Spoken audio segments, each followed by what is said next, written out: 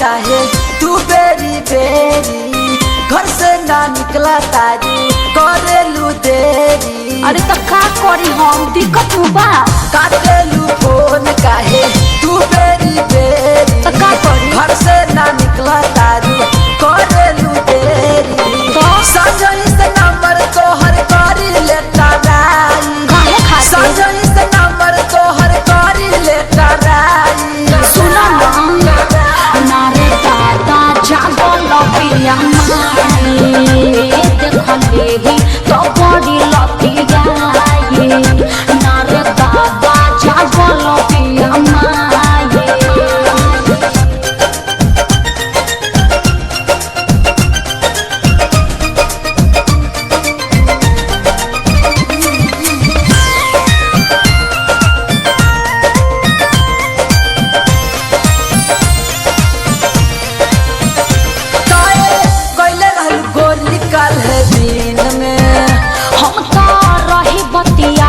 तोहसे नींद में अरे सीरियस काहे लेता रो ताए कोइले रहल गोली काल है दिन में हम तो रही बतिया बत तोहसे नींद में बुझला।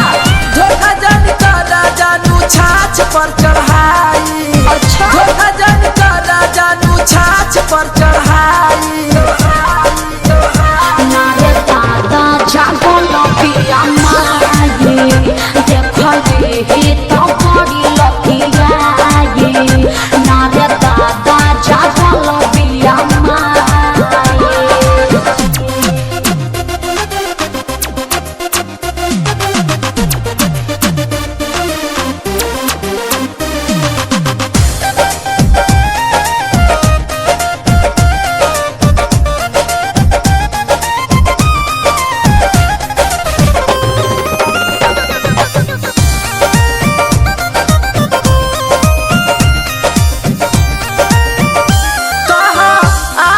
छत पर तहरा फान के ना ना हमरा लागता कि आइल बार खान के अरे पिटबई बता तू कहा आ जाई छत पर तहरा फान के हमरा लागता कि आइल बार खान के रोशन विश्वास ओम प्रकाश न डेराई हाँ तो कुटाई बा। रोशन प्रियांशु ओम प्रकाश न डेराई। ना रे दादा जागल पिया माई देखले ही तो बड़ी लतिया ना रे दादा जागल पिया माई। काटेलू फोन काहे तू बेरी बेरी तो का करी घर से ना निकला तारी करेलू देरी। तो संजय से नंबर तोहर करी लेता राई काहे खातिर संजय से नंबर तोहर करी लेता राई।